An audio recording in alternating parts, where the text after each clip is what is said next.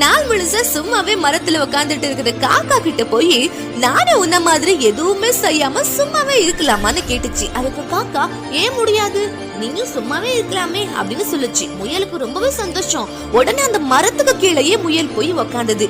அந்த பக்கமா வந்த நரி எந்த கஷ்டமும் படாம முயலை கடிச்சு சாப்பிட்டுடுச்சு. இத மேல இருந்துட்டு பாத்துட்டு இருந்த காக்கா என்ன மாதிரி உயரமான இடத்துல இருக்கணும் எப்பவுமே அப்படின்னு நம்மட்டு சிரிச்சிட்டு இருக்கும் போதே ஒரு கழுகு உயரத்துல இருந்து பறந்து வந்து காக்காவை தூக்கிட்டு போய் சாப்பிட்டுடுச்சு. வாழ்க்கையில நம்ம எந்த இடத்துல இருந்தாலும் எந்த பொசிஷன்ல இருந்தாலும் உங்களை விட பெரிய வல்லம ஒருத்தன் கண்டிப்பா இருப்பான்.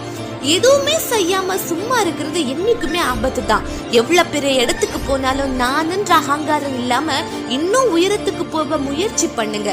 Keep moving, keep growing. எறும்பு கிட்ட போய் வாழ்க்கையின் பாடத்தை கற்றுக்கோங்கன்னு பைபிள்ல போட்டிருக்கு இல்லையா?